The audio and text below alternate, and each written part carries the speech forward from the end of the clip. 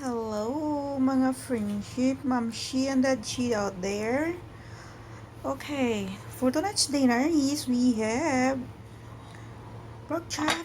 Ay, spelling.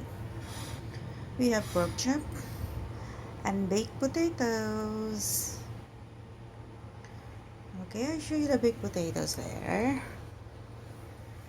And I put a little bit of broccoli around there like this.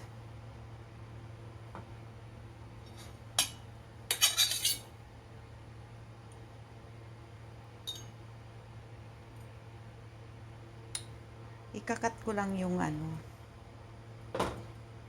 ikat ko yung pork chop. Tama na, ganon. And then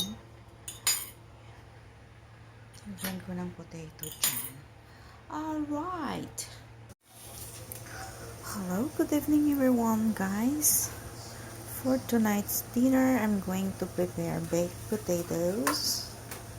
And of course, I have to mix it with butter. And this is Himalayan salt. Let's put a little bit down there and let's start baking.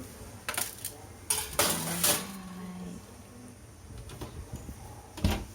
Okay, so we don't need to set the time. We just check if it is done, then we take it out. Alright.